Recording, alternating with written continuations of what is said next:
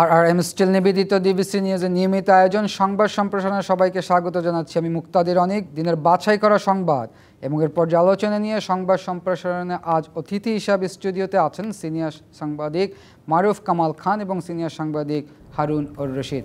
স্বাগত আপনাদের সংবাদ সম্প্রসারণে। আমরা একটু প্রথমে মারুফ কামাল খানের কাছে জানতে চাচ্ছি, কর বাড়লেও জিনিসপত্রের দামে প্রভাব পড়বে না বলেছেন অর্থ উপদেষ্টা, এটা কতটুকু যুক্তিযুক্ত? না, এটা তো সব সরকারে যারা থাকে, ক্ষমতায় যারা থাকে, একই ধরনের ভাষ্য, একই ধরনের কথা তারা বলে। কর বাড়লে জিনিসপত্রের দাম বাড়বেই, এটা স্বাভাবিক, খুবই নর্মাল ব্যাপার। এটা বাড়বে না এটা বলা একটা অবাস্তব কথা, এটা বাড়বেই। যখনই কর বাড়বে তখন জিনিসপত্রের দাম বাড়বে। তো সুতরাং এটা অবাস্তব কথা এবং এটার সঙ্গে সত্যের কোনো সংশ্লেষ নেই। আমরা একটু হারুন রশিদ জানতে চাচ্ছি যে অর্থ উপদেষ্টা আরও বলেছে অত্যাবশ্যকীয় সব পণ্যের শুল্ক কমিয়ে জিরো করে দেওয়া হয়েছে। এই শুল্ক কমালে তো আসলে ব্যবসায়ীদের প্রফিট, সাধারণ জনগণ আসলে মানে এখানে ওনার ব্যাখ্যাটা আমি একটু বোঝার চেষ্টা করি।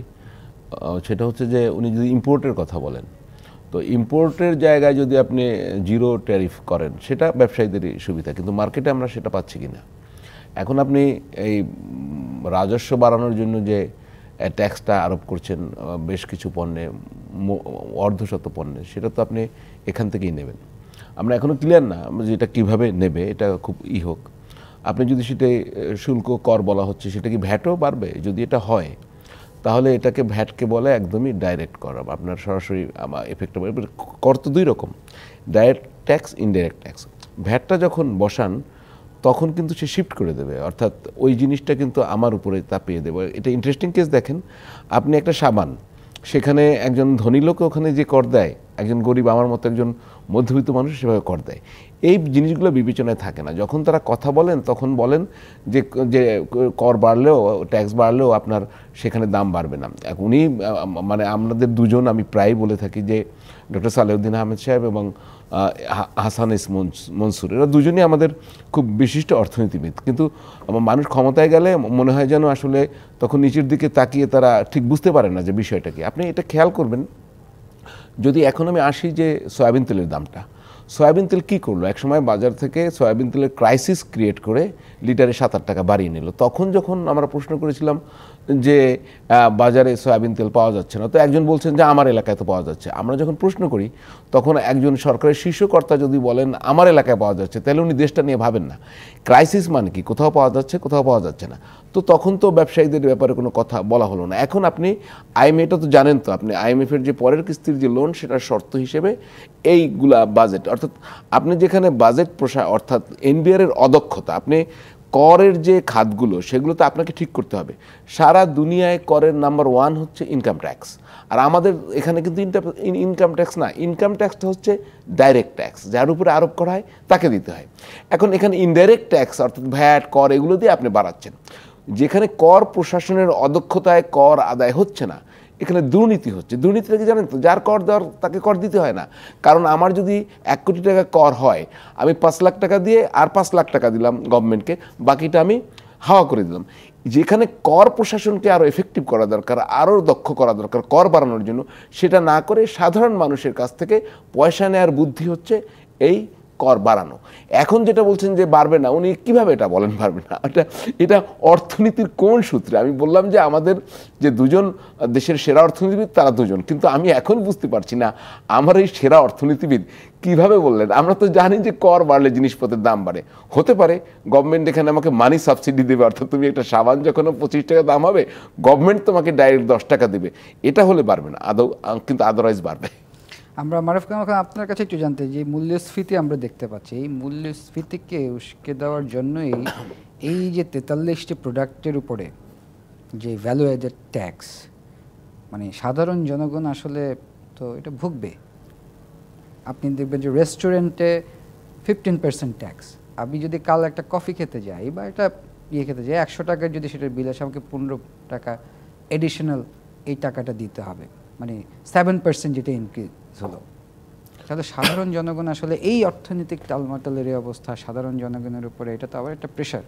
না, এটা তো আমরা শুনলাম একটু আগে, বললেন যে এটা হচ্ছে যে ইয়েদের দাতাদের, বাইরে থেকে যাদের কাছ থেকে ঋণ আনা হয়, সরকার যাদের কাছ থেকে ঋণ আনে, তারা নানা ধরনের শর্ত আরোপ করে এবং এই শর্ত এখানে জনবান্ধব হয় না কখনো। সে তাদের স্বার্থে তারা শর্ত আরোপ করে এবং কিন্তু সরকার এই সমস্ত শর্তের চাপ মোকাবেলা করাটাই হচ্ছে সরকারের দায়িত্ব, যদি সরকার জনবান্ধব হয়ে থাকে।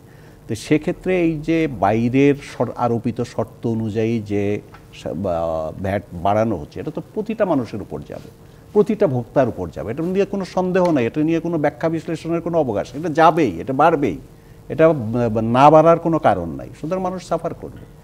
এখন অন্য কিভাবে তাদের অন্যান্য খাত থেকে এই যে বাড়তি ব্যয় তাদের, সেটা কিভাবে রিডিউস করা যায় সেটা সরকারকে ভাবতে হবে, যেহেতু তারা ওই চাপের কাছে নতি স্বীকার করেছেন এবং তাদের আরোপিত শর্ত অনুযায়ী তারা ভ্যাট বাড়িয়েছেন।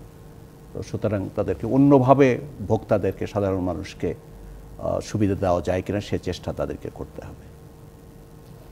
হারুন রশিদ, আমরা আরেকটু জানতে চাই, আমরা দেখেছি বিগত সরকারের আমলে যখনই বাজেট হতেন, ম্যাক্সিমাম এসেনশিয়াল কমোডিটিসের উপরে একটা চাপ ক্রয় ক্ষমতার বাইরে গিয়ে আমরা এবারও তাই দেখতে পাচ্ছি বলে মনে হচ্ছে। যেসব প্রোডাক্টের উপরে এই ভ্যাটটা বসছেন, আপনি জানেন সাবান, ডিটারজেন্ট পাউডার এবং গুঁড়ো দুধ, মেডিসিন, মানে সাধারণ মানুষ, আমরা যারা আসলে মধ্যবিত্ত পরিবারের আছি, তাদের জন্য তো এটা বাড়তি চাপ।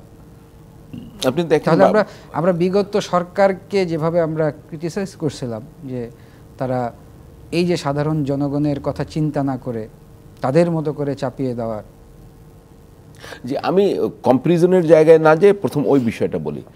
আপনি ধরেন বিষয়টা কি ঘটলো, বিষয়টা ঘটলো আপনি এই প্রোডাক্টগুলোতে আপনাকে বাড়তি পে করতে হবে। আর আপনি ধরেন যাদের লিমিটেড ইনকাম, ফিক্সড ইনকাম, আপনি নিশ্চয়ই একটা বেতন পান, আমি একটা বেতন পাই, অথবা যারা শ্রমজীবী মানুষ, নিম্নবিত্ত মানুষ, তাদের একটা ইনকাম লেভেল আছে। এখন আপনি বাজারে গিয়ে দেখবেন আপনি যে দাম জিনিসটা আগে যে দামে কিনতেন তার চেয়ে বেশি দামে আপনাকে কিনতে হবে। তাহলে অটোমেটিক্যালি কিন্তু আপনার প্র্যাকটিক্যালি ইনকাম কিন্তু কমে গেল, প্র্যাকটিক্যালি আপনার ইনকাম কমে গেল, অর্থাৎ আপনি আগে যে টাকায় যে সাবানটা কিনতেন তার চেয়ে বেশি লাগছে। সুতরাং এখানে উপায় কি? এখানে উপায় হচ্ছে হয় আপনি কম খাবেন, নয় আপনাকে বেতন বাড়াইতে হবে। তো বেতন তো বাড়াবে না, বেতন আপনার প্রতিষ্ঠান তো বাড়াবে না, হঠাৎ করে আমার প্রতিষ্ঠান বাড়াবে না। সরকারি কর্মকর্তাদের হয়তো বা তারা মহার্ঘ ভাতা দিয়ে দেবে, এটা তো আমার ট্যাক্সের পয়সায় তাদের দেবে। একদিকে হচ্ছে আমার এখান থেকে কাটবে, আবার আমার কাছ থেকে ট্যাক্স নেবে, তারা তো আল্লাহর রহমতে মহা সুখে থাকে। তো এই যে ধরেন আমাকে এখন কম খেয়ে বাঁচার একটা পথ তৈরি করতে হবে আর কি, এছাড়া তো আমি কোনো পথ দেখছি না। এখন আপনি যদি কম্পারিজনটা করতে চান, একটা বাজেট সাবেক সরকার দিয়ে গেছে, পতিত সরকার দিয়ে গেছে, আপনি যদি খুব প্রয়োজন মনে করেন তাহলে বাজেটটা রিশিডিউল করতে পারেন। বাজেট কিন্তু মধ্যবর্তী বাজেট দেওয়া যায়, এটা অতীতেও হয়েছে। আমরা সেটা শুনছিলাম যে একটি বাজেট আবার দেয়া হবে, সেখানে আপনি করতে পারতেন যে কোন জায়গা থেকে আমি কি করব, সেটা না করে আপনি বিশ্বব্যাংকের IMF-এর পরের কিস্তির লোন কনফার্ম করার জন্য আপনি এতগুলো পণ্যে এখন শুল্ক আরোপ করবেন, শুল্ক মানে ট্যাক্স নেবেন। কেন নেবেন? আপনার রাজস্ব, রেভিনিউ আর্নিং বাড়াতে হবে। তাহলে রেভিনিউ আর্নিং বাড়াতে হলে আপনি যে খাতে রেভিনিউ আর্নিং বাড়ানোর কথা, একটা বাজেট তো আছে, সেটি কি বাড়ানো সম্ভব নয়? যদি সেখান থেকে রেভিনিউ আদায় করা সম্ভব না হয়, তাহলে আপনি প্রকাশ করুন মানুষের কাছে, জনগণের সামনে, যে এই বাজেট এটি একটা অসম্ভব বাজেট ছিল, এই খাত থেকে রেভিনিউ আর্নিং সম্ভব না। যে আপনি যদি ধরেন যে একটু, এটা তো আমার কথা না, এই যে দুইজন অর্থনীতিবিদের কথা আমি বললাম, যে আমাদের অর্থ উপদেষ্টা এবং বাংলাদেশ ব্যাংকের গভর্নর, এরাই কিন্তু বলছেন যে এক্সিস্টিং যে বাজেট, এর আগেই বলছেন এর থেকে 30% রেভিনিউ এমনি আর্নিং সম্ভব যদি করাপশন দূর করা হয়, যদি সত্যিকারের অর্থে যাদের ট্যাক্স যোগ্য যারা তাদেরকে ট্যাক্স নেটের আওতায় আনা হয়, সেইগুলো তো এই গভর্নমেন্টও করতে পারে। এখন সমস্যা হচ্ছে কি, এই গভর্নমেন্ট বারবারই বলে it is not an elected government, এটি হচ্ছে একটি সম্মতির সরকার। সবাই বলল যে আপনারা একটি 5 তারিখের যে গণ অভ্যুত্থান ছাত্র জনতার, তারপর তাদেরকে দায়িত্ব দেওয়া হলো। কিন্তু পলিটিক্যাল গভর্নমেন্ট সবসময়, পলিটিক্যাল ইলেক্টেড গভর্নমেন্টের একটা যোগ্যতা থাকে বার্গেনিং ক্যাপাসিটি, যেটি একটু আগেই মারুফ কামাল খান সাহেব যেটা একটু আগেই বললেন, যে ইলেক্টেড গভর্নমেন্টের ক্যাপাসিটি থাকে। কারণ কেন ক্যাপাসিটি থাকে? দুই জায়গায়। তাকে কিন্তু জনগণের কাছে আবার নেক্সট টাইমে ভোটের জন্য যেতে হয়, এই গভর্নমেন্টকে যেতে হবে না। সে তো মনে করে আমার সময়টা পার করে দিতে পারলেই আমার সময়টা শেষ। তাহলে কি ঘটবে?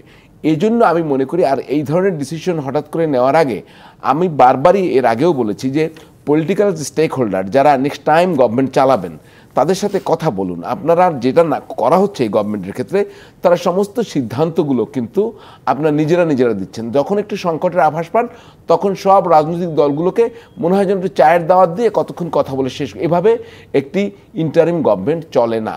এই গভর্নমেন্টটি হচ্ছে সবার সম্মতির সরকার, এটা ইলেক্টেড গভর্নমেন্ট না, এটা মাঝে মধ্যে তারা ভুলে যান। এই ট্যাক্স সিদ্ধান্ত নেওয়ার আগে অবশ্যই পলিটিক্যাল পার্টিগুলো এবং একই সঙ্গে অর্থনীতিবিদ তাদের বাইরেও আছে, তাদের সঙ্গে বসা উচিত ছিল। আপনারা এত বড় শ্বেতপত্র প্রকাশ করতে পারলেন, অন্য অর্থনীতিবিদ দেখে একটু কথা বলতে পারলেন না? তারা কি ওয়ে আউট দেখাতে পারতো না? আসলে এটি হচ্ছে নন ইলেক্টেড গভর্নমেন্টের এই জাতীয় বৈশিষ্ট্য থাকে, তারা সবসময় জনগণের কথা চিন্তা করে উঠতে পারে না। সুতরাং এটা জনগণ মাথায় নেবে কি নেবে না, পলিটিক্যাল পার্টিগুলোকে রেসপন্স করা উচিত। তারা তো পরে ইলেকশনে যাবেন, আমি তাদের কাছ থেকেও এর যৌক্তিক ক্রিটিসাইজ আশা করছি। মারুফ কামাল খান, যেমনটি হারুনুর রশিদ বলছিল, সংকটের আভাস পেলেই তখনই রাজনৈতিক দলগুলোর সাথে বসেন অন্তর্বর্তী সরকার। আমার প্রশ্ন হচ্ছে, এই অন্তর্বর্তী সরকারের উপরে আমাদের তো আশা অনেক, আর যে গণ অভ্যুত্থানের মধ্যে দিয়ে এই অন্তর্বর্তী সরকারটা গঠিত হলো এবং আমরা দেখেছি যে অনেক রিফর্ম কমিটি হচ্ছে, এই যে আভাসের পেলে কেন এর আগে কেন বসছে না? না, সব ব্যাপারে প্রতিদিনই রাজনৈতিক দলগুলোর সঙ্গে বৈঠক করতে হবে বা তাদের সম্মত নিতে হবে সেটা না। যে বিষয়গুলো জাতীয় নীতি নির্ধারণী বিষয়, যে বিষয়গুলো আরও অনেক কিছু উপর ক্রিয়া প্রতিক্রিয়া সৃষ্টি করবে, মৌলিক বিষয়, সেগুলো তো অবশ্যই আলাপ আলোচনা করা দরকার এবং আমার মনে হয় যে সেগুলো তারা করছে। কিন্তু এই যে উপদেষ্টা যাদেরকে বিভিন্ন মন্ত্রণালয় চালাবার জন্য যাদেরকে নেওয়া হয়েছে, যারা দায়িত্বে আছে, তাদের যে কাজগুলো, এগুলো তো ডে টু ডে ওয়ার্ক, একটু হচ্ছে তাদের রুটিন কাজ। এগুলো তো তারা, যে গভর্নমেন্ট থাকুক, তারা এই কাজগুলো করবে, নির্বাচিত অনির্বাচিত সব সরকারেরই দায়িত্ব। এখন তারা বর্তমান সরকার, এটা একটা বাস্তবতা, অনির্বাচিত তো বটেই, কিন্তু তারা একটা বর্তমান সময়ের বাস্তবতা। তাদেরকে যে অর্পিত, যে তারা দায়িত্ব গ্রহণ করেছেন বা তাদের উপর অর্পণ করা হয়েছে জনসম্মতির ভিত্তিতে, রাজনৈতিক দলগুলোর সম্মতির ভিত্তিতে, কিন্তু তাদেরকে প্রপারলি কাজটা করতে হবে দেশের স্বার্থ, জনগণের স্বার্থ বজায় রেখে। যতদিন পর্যন্ত জনপ্রতিনিধিত্বশীল সরকার না আসছে ততদিন পর্যন্ত তারা এই কাজ করবে। তো এই কাজ তো শুধু সংস্কারটাই কাজ না, তাদের এই যে প্রতিদিনকার যে কাজগুলো, যে রাষ্ট্র পরিচালনার ক্ষেত্রে বিভিন্ন সেক্টরের যে কাজগুলো, এই কাজগুলো খুব সুষ্ঠুভাবে হচ্ছে না। আমি এই কথাটাই বলছি, সুষ্ঠুভাবে হচ্ছে না। যেমন ওই যে বিষয়টা নিয়ে আলোচনা হচ্ছে, সে বিষয়টা হচ্ছে যে এর কিন্তু বিকল্প ছিল, কিন্তু তারা বিকল্পগুলো চিন্তা না করে শর্তের কাছে আত্মসমর্পণ করেছেন এবং ওই দাতাদের শর্তের কাছে আত্মসমর্পণ করেছেন। এবং এটা কি, এটা ভিকটিম কারা হচ্ছে? ভিকটিম হয় দেশের সর্বস্তরের মানুষ, বিশেষ করে যত নিম্ন আয়ের লোক তারা তত বেশি ভিকটিম হবে। এই বিষয়গুলো ঠিক মতো হচ্ছে না। আমরা একটু, আপনি যেভাবে বিকল্প ছিল, বিকল্প পন্থাগুলি কি কি হতে পারতো আপনি যদি একটু বলতেন? না, সেটা তো একটু আগে বলেছেন, এটা খুব ক্লিয়ার। আপনি ধরেন যে জিনিসপত্রের দাম, বিকল্প পন্থা কি, আপনি তো অলরেডি এটার একটা এক্সট্রিম লেভেলে জিনিসপত্রের দাম, তো এটা কমানো যায় কীভাবে সেটা আমি বলি। সেইটা কমালে আপনি যদি ট্যাক্স আরোপও করতেন তাহলে এটা অসহনীয় হতো না। 30%, মানে প্রাইস ইনক্রিজের 30% থেকে 40% কী কারণে হয়? দুইটা কারণ, চাঁদাবাজি এবং সিন্ডিকেট, এটা তো স্বীকৃত। তাহলে আপনি কি সিন্ডিকেট বন্ধ করতে পেরেছেন? আপনি কি জানেন না কারা সিন্ডিকেট করে? এটা নিয়ে বারবার কাজ করা হয়নি?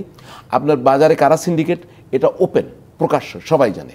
চাঁদাবাজিকে আপনি বন্ধ করতে পেরেছেন? পারেননি। এই দুইটা জিনিস যদি আপনি আগে হাত দিতেন তাহলে এই মার্কেট প্রাইস এই লেভেলে যেত না, নাম্বার ওয়ান। না গেলে এখন যদি খুব প্রয়োজনীয় আপনার ট্যাক্স আরোপ করা হতো তাহলে কিন্তু তারপরও সহনীয় পর্যায়ে জিনিসপত্রের দাম থাকতো। হারুনুর রশিদ, আপনার কথা একটু বলি, সিন্ডিকেট যেভাবে, মানে সিন্ডিকেট কেন ভাঙতে পারছে না? সিন্ডিকেট ভাঙতে পারছে না কারণ এটা হচ্ছে রাজনৈতিক সদিচ্ছার অভাবে। এখন আপনি বলবেন এটা কি পলিটিক্যাল গভর্নমেন্ট? না, পলিটিক্যাল গভর্নমেন্ট না, কিন্তু তারও তো একটা পলিটিক্স আছে। সেটা হচ্ছে আপনি এই গভর্নমেন্ট মনে করছে যারা সিন্ডিকেট করছে এই ধরনের ব্যবসায়ীদের যদি সে অ্যাকশনে চলে যায় তাহলে মার্কেট যে সাপ্লাই চেইনটা তাকে ডিসরাপ্ট করবে। কিন্তু এই ঝুঁকি নেওয়ার ক্ষমতা, সক্ষমতা একটি সরকার থাকতে হয়। আপনি যদি সেটিই না পারেন, ওই বারবারই বলি এটার জন্য প্রয়োজন পলিটিক্যাল গভর্নমেন্ট। পলিটিক্যাল গভর্নমেন্টের সদিচ্ছা থাকলে তারা এটা পারে। এখন ধরেন আপনি খেয়াল করেন 1/11-এর সময়টাও যদি খেয়াল করেন তাহলে আপনি খেয়াল করবেন তখন কিন্তু কম বেশি অসৎ ব্যবসায়ীদের বিরুদ্ধে ব্যবস্থা নেওয়া হয়েছে। কিন্তু এই গভর্নমেন্টের আমলে পলিটিক্যাল ব্যবসায়ী ছাড়া অন্য কোনো অসৎ ব্যবসায়ীর বিরুদ্ধে আপনি কোনো ব্যবস্থা দেখবেন না। আমি ওই উদাহরণটাই দেই যে সয়াবিন তেল তারা স্টক করে, তারা মার্কেট ক্রাইসিস ক্রিয়েট করে দাম বাড়িয়ে নিল, তো বাংলাদেশে আইন আছে, কানুন আছে, কারা করেছে, আপনি কি ব্যবস্থা নিলেন? আপনি দেখেন যে এই যে চাঁদাবাজি পণ্য পরিবহনে একটা চাঁদাবাজি, আর আপনি স্পট একটা চাঁদাবাজি, অর্থাৎ যেখানে পণ্যটা বিক্রি হয়, তো সেগুলো তো বন্ধ করা যায়নি। এবং আমি আপনাকে বলছি যে ইরেসপেক্টিভলি এখন কিন্তু ব্যবসায়ীদের কাছ থেকেও বিভিন্ন গ্রুপ গজিয়েছে, তারা চাঁদা নেয়। সেটা আমি যদি আরো একটু বলি তাহলে খুব ক্লিয়ার হয়ে যাবে, সেটা আমি বলতে চাই না। কারণ হচ্ছে আপনি দেশে তো নানা কাজ হচ্ছে, কেউ রাজনৈতিক দল গঠন করবে, কেউ নর্মাল ইলেকশন যাবে, এর তো একটা খরচপাতি আছে। আপনি কিন্তু আমাদের একটা বিরতির সময় আছে, আমরা বিরতি থেকে ফিরে এসে আবার শুনবো। প্রিয় দর্শক, আর স্টিল নিবেদিত সংবাদ সম্প্রসারণ একটি বিরতির সময় হলো, সঙ্গেই থাকুন। বিরতির পর আবারও স্বাগত। আর স্টিল নিবেদিত সংবাদ সম্প্রসারণ স্টুডিওতে আছেন সিনিয়র সাংবাদিক মারুফ কামাল খান এবং সিনিয়র সাংবাদিক হারুনুর রশিদ। মারুফ কামাল খান, বিরতির আগে যেটা হারুনুর রশিদ বলছিলেন যে বাজার নিয়ন্ত্রণের সিন্ডিকেটকে এখনো পর্যন্ত কিছু করা গেল না। আমার প্রশ্ন একটু অন্যদিকে, রাজনৈতিক ব্যাপারেই যদি আমি বলি, এই সিন্ডিকেট তো গত স্বৈর শাসকের 15 বছরের তৈরি করা সিন্ডিকেট, ঠিক না? সো আমরা 5 মাসে ওই সিন্ডিকেটকে ভাঙতে পারলাম না। তাহলে আমরা এই যে বলি যে আওয়ামী লীগের রাজনীতি নিষিদ্ধ হবে, তাহলে আওয়ামী লীগকে কিভাবে আসলে, এটার জবাব তো সরকারকে দিতে হবে। তারা কিভাবে আওয়ামী লীগকে হ্যান্ডেল করবে, কিভাবে নিষিদ্ধ করবে, না কিভাবে তাদের রাজনৈতিকভাবে তাদেরকে মোকাবেলা করবে, সেটা তাদেরকে দিতে হবে। আমি যেটা সিন্ডিকেট নিয়ে যেটা কথা হয়েছে, তার আগে আমি একটা কথা বলে নিই। সেটা হচ্ছে যে এই সরকারের মধ্যে সবচাইতে দুর্বলতা যেটা আমার কাছে মনে হয়, সেটা হচ্ছে যে সরকার তো হচ্ছে একটা কাঠামো, একটা স্ট্রাকচার। তারা একটা অভিন্ন লক্ষ্যে সবাই মিলে নানা দিক থেকে কাজ হবে এবং অভিন্ন লক্ষ্যে এটা চলতে থাকবে।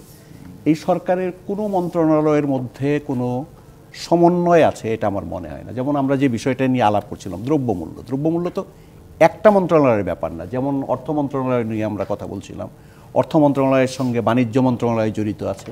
তারপরে একটু আগে যে কথাগুলো আসলো, যে অভিযোগগুলো সিন্ডিকেট এবং অন্যান্য চাঁদাবাজি, দুর্বৃত্তায়ন, সে বিষয়গুলো হোম মিনিস্ট্রি, স্বরাষ্ট্র মন্ত্রণালয়ের সঙ্গে জড়িত। তো এই যে আমি যদি দ্রব্যমূল্য নিয়ন্ত্রণে রাখতে চাই, সিন্ডিকেট ভাঙতে চাই, বিদেশ থেকে আমদানি করা পণ্যের উপর শুল্ক কমায় রাখতে চাই, সব কিছু মিলে কিন্তু একটা সমন্বিত ব্যবস্থা। 3টা মন্ত্রণালয়ের মধ্যে, মিনিমাম 3টা মন্ত্রণালয়ের মধ্যে কিন্তু এটা একটা সমন্বয় লাগবে, কিন্তু কোনো সমন্বয় নাই এখানে। যে আমরা একটু আগে যেটা আলোচনা করলাম যে শুল্ক জিরো ট্যারিফ করা হচ্ছে, শুল্ক হ্রাস করা হচ্ছে, কমিয়ে দেওয়া হচ্ছে, বেনিফিটটা কে পাচ্ছে? বেনিফিটটা পাচ্ছে কিন্তু শুধু ব্যবসায়ীরা। কিন্তু কেন এই বেনিফিটটা যে শুল্ক হ্রাস করা হলো, এটা কি ব্যবসায়ীদের মুনাফা আরও বাড়িয়ে দেওয়ার জন্য? ব্যবসায়ীরা তো 2 নম্বরই করছিল, তারা মুনাফা বাড়াচ্ছিল, তারা জিনিসপত্রের দাম কমাচ্ছিল না। এবং এই ব্যবসায়ীদের কারণে বাংলাদেশে তো খুব অল্প লোক, যে পণ্যগুলো বিশেষ করে আমদানি করা হয় পণ্য, 3টা বেশি সংস্থা কিন্তু না, 3টা-4টা বাণিজ্যিক প্রতিষ্ঠানের সঙ্গে জড়িত। তো এদেরকে নিয়ন্ত্রণ করা তো খুব বেশি কঠিন কাজ না। যেমন আমরা কিছুদিন আগে দেখলাম হঠাৎ করে ডিমের দাম আকাশ ছুঁয়ে গেল, তাই না? এটা তো ডিমের যে সিন্ডিকেটটা, এটা কিন্তু 5টা-6টা কোম্পানি এটার সঙ্গে জড়িত। তেল, চিনি, এইসব আমদানি 3টা বা 4টা বোধহয় বড় বাণিজ্যিক প্রতিষ্ঠান জড়িত।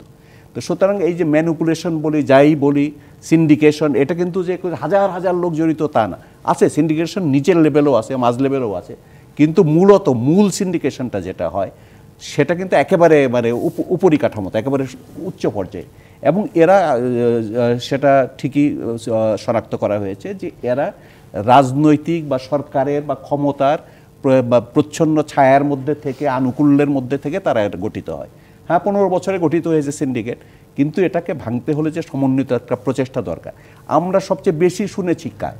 এই যে অলিগার্কদেরকে আমরা দেখেছি বিগত সরকারের আমলে, এরাই তো সিন্ডিকেট করছে, এই 4-5টা কোম্পানিই তো। তাদের কি কাউকে স্পর্শ করা হয়েছে? একমাত্র রাজনৈতিক ক্ষমতার মধ্যে বোধ হয় ছিলেন সালমান রহমান ছাড়া আর কি কেউ গ্রেফতার হয়েছে? ওইভাবে কেউ হয়নি। তো এই সিন্ডিকেটগুলো সবই অক্ষত আছে। তো সুতরাং এগুলো ভাঙতে হবে। এটা বাধাটা কোথায়, এটা আমার কাছে খুব স্পষ্ট না। এদেরকে বড় ব্যবসায়ীদের ধরতে একটা আছে যুক্তি, একটা দাঁড় করানো হচ্ছে যে এরা অনেক লোককে প্রোভাইড করেছে, তারা অনেককে, তারা শিল্প চালায়, তারা কলকারখানা চালায়, তারা বাণিজ্যিক প্রতিষ্ঠান আছে, এখানে অনেক লোক তা আপনি ইয়েটা তো হ্যান্ডেল করলেন, বেক্সিমকোর ব্যাপারটা তো হ্যান্ডেল করলেন, এটা তো একটা মডেল, এভাবে তো করা যায়। 3টা-4টা কোম্পানিকে যদি নিয়ন্ত্রণে আনা হয় তাহলে এখানে অর্থনীতি শেষ হয়ে যাবে, এইটা খুবই খোঁড়া যুক্তি। আমার মনে হয় যে এটা খুবই খোঁড়া যুক্তি থেকে বেরিয়ে এসে খুব দক্ষতার সঙ্গে সমন্বয়ের সঙ্গে এই কাজগুলো করা দরকার।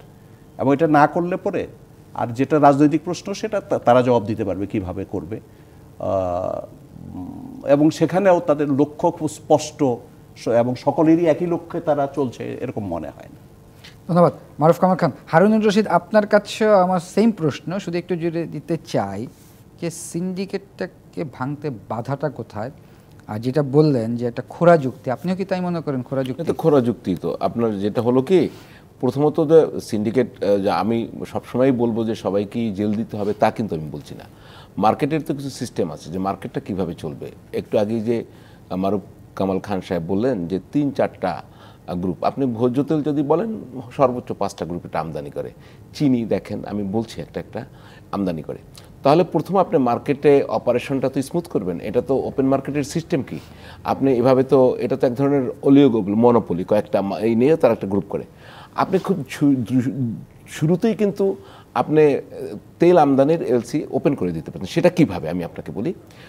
ছোট কোম্পানিগুলো তেল আনতে পারে না কেন? সয়াবিন হচ্ছে একটা জাহাজ যদি ভাড়া করতে হয়, আপনি ধরেন সে মালয়েশিয়া থেকে পাম অয়েল আনবে অথবা ব্রাজিল থেকে চিনি আনবে, তাহলে ছোট ছোট যারা আমদানিকারক যারা আনতে চায় তাদের জন্যই একটা জাহাজ ভাড়া করা সম্ভব না।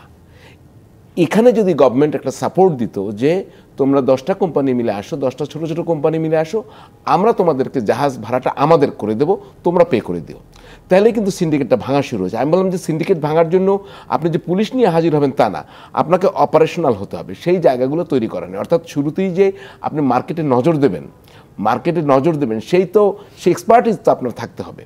সেটি তো আপনার এক্সপার্টিস নিয়ে কাজ করেন নেই। যাদেরকে আপনি নিয়ে কাজ করছেন তাদের একটা অংশ কিন্তু পুরনো সিন্ডিকেট। আপনি খেয়াল করেন, আপনি উপর থেকে হয়তো বা সচিব পরিবর্তন করেছেন আরেকটু, কিন্তু যারা অপারেশনাল লেভেলে কাজ করে তারা কিন্তু আগেরই, তাদের সক্ষতা তারা কিন্তু, সুতরাং এটা আমি যদি উপরে বসে থাকি নিউ হিসেবে, বিপ্লবের ফসল হিসেবে, তাহলে আমাকে এটা বুঝতে হবে, নাম্বার 1। নাম্বার 2 হচ্ছে যে চাঁদাবাজির বিষয়টা, আমি যেটা বলি সিন্ডিকেট তো গেল একটা।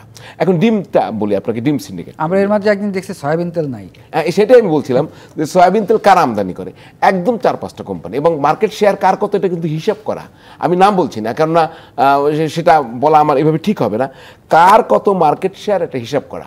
এখন সয়াবিন তেলের দাম আপনি বলেন যে 7 টাকা 8 টাকা বাড়িয়ে দিল, কি হিসাবে? ইন্টারন্যাশনাল মার্কেট প্রাইস বেড়েছে বলা হচ্ছে।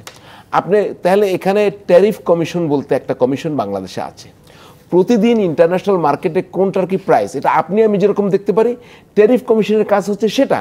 তারা কি করলো, আপনি এই সয়াবিন তেল কত আগে আমদানি করে, আপনি কি সয়াবিন তেল আসতে কি আমার 3 দিনে চলে আসে?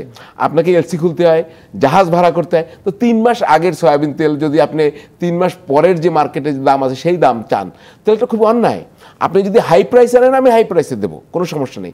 এই কাজটা কিন্তু অতীতেও হয়েছে, আমরা কিন্তু এটা মুখস্থ এইগুলো তো অতীতে হয়েছে, অতীতের পলিসি। এবং এরা কি বললো, এবং আপনি দেখেন অতীতে তো তবু আমি দেখেছি যে অতীত কম্পেয়ার করতে চাই না, কেন ওই শাসন ব্যবস্থার সাথে আমি এদের কম্পেয়ার করে ছোট করতে চাই না। কি হয়েছে, তখন কিন্তু মুখে বললেও 2-1টা কথা বলতো, এবার কিন্তু মুখেও শুনলাম না। এই যে সয়াবিন নিয়ে যে তুগলকি কাণ্ডটা হলো, আপনি মুখেও শুনলাম না যে একটু বলে যে এই সিন্ডিকেট ভাঙা হবে, বরং যেটা হলো তাদের দাবি মতো বাড়িয়ে দিল। আচ্ছা, আরেকটা কথা বলি, আপনি দেখেন মাঝখানে এখন তো ডিজেলের দাম 1 টাকা কমলো, মাঝখানে কেরোসিনের দামও কমেছিল 5 টাকা কত করে, আপনি খেয়াল আছে তো? গাড়ি ভাড়া কি 1 পয়সাও কমেছে? আমি বলেন তো, তাহলে যদি কমে তো ওইটা তো কমা উচিত ছিল।